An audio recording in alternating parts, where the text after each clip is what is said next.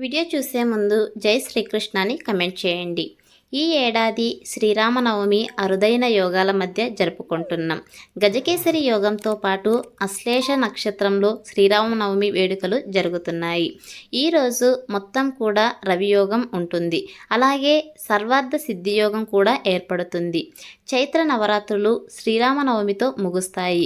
ఈ సంవత్సరం శ్రీరామనవమి ఏప్రిల్ 17న బుధవారం జరుపుకుంటున్నాం. మరి శ్రీరామనవమి రోజు శ్రీరాముడిని ఏ విధంగా పూజించాలి, శుభ సమయం, అదేవిధంగా శ్రీరామనవమి ప్రాముఖ్యత, ధనప్రాప్తి, సుఖ సంతోషాల కోసం శ్రీరామనవమి రోజు ఏ మంత్రాలు పఠించాలి అనే విషయాలు పూర్తిగా ఈ వీడియోలో తెలుసుకుందాం.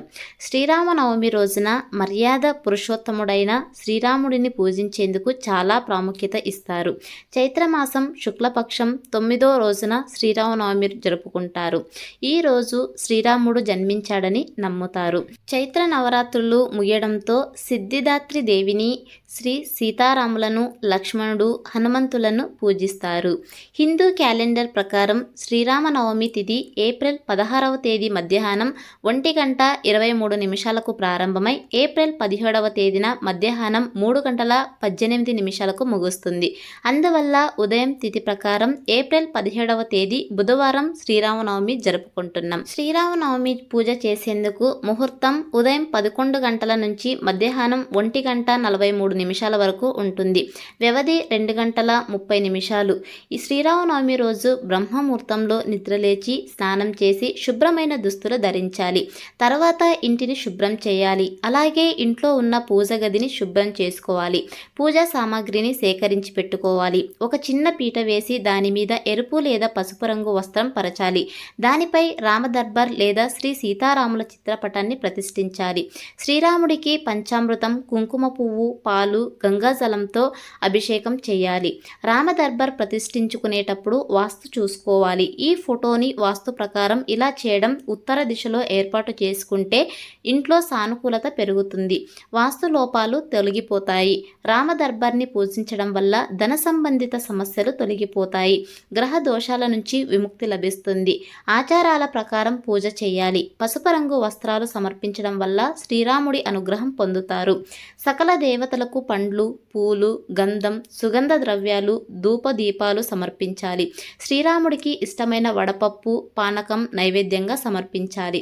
రామచరిత మానస్, శ్రీరామ రక్ష స్తోత్రాన్ని పఠించడం వల్ల శ్రీరాముడి అనుగ్రహం పొందుతారు. ప్రసాదంగా సమర్పించే నైవేద్యాలలో తులసి ఆకులు తప్పనిసరిగా వేయాలి. పూజ పూర్తయిన తర్వాత అందరికీ వాటిని పంచిపెట్టాలి. శ్రీరామనవమి రోజు శ్రీరాముడిని పూజించడం వల్ల సకల కోరికలు నెరవేరుతాయని, జీవితంలో సుఖ సంతోషాలు కలుగుతాయని నమ్ముతారు. శ్రీరాముడిని పూజించడంతో పాటు కొన్ని ప్రత్యేక మంత్రాలు జపించడం వల్ల సకల దుఃఖాలు, సంక్షోభాలు తొలగిపోయి సాధకుడికి సుఖ సంతోషాలు చేకూరుతాయి. విజయం కోసం ఓం రామ్, ఓం రామ్, ఓం రామ్, ఓం రామ్ హి రామ్, శ్రీరామ్ అని పఠించాలి. ఇంట్లో బాధలు తొలగిపోయేందుకు ఓం రామచంద్రాయ నమః అనే మంత్రాన్ని జపించాలి. ధనలాభం కోసం శ్రీరామయ నమః అనే మంత్రాన్ని పఠించాలి. సంతోషం, శ్రేయస్సు కోసం హరే రామ్ నమః జపిస్తే మంచిది. తెలివితేటలు, విచక్షణ కోసం, శ్రీరాముడి అనుగ్రహం పొందడం కోసం రామాయ నమః అనే మంత్రాన్ని జపించడం మంచిది. శ్రీరామనవమి రోజున రామరక్ష మూలాన్ని పఠించాలి. జీవితంలోని అన్ని బాధలు, సంక్షోభాలు తొలగిపోతాయి. శ్రీరామ రక్ష స్తోత్రం పఠించడం వల్ల సకల కోరికలు నెరవేరుతాయని నమ్ముతారు. ఇది ఫ్రెండ్స్ ఇవాల్టి వీడియో. మరిన్ని ఇలాంటి వీడియోస్ కోసం మన ఛానల్ని సబ్స్క్రైబ్ చేసుకోండి. Thanks for watching.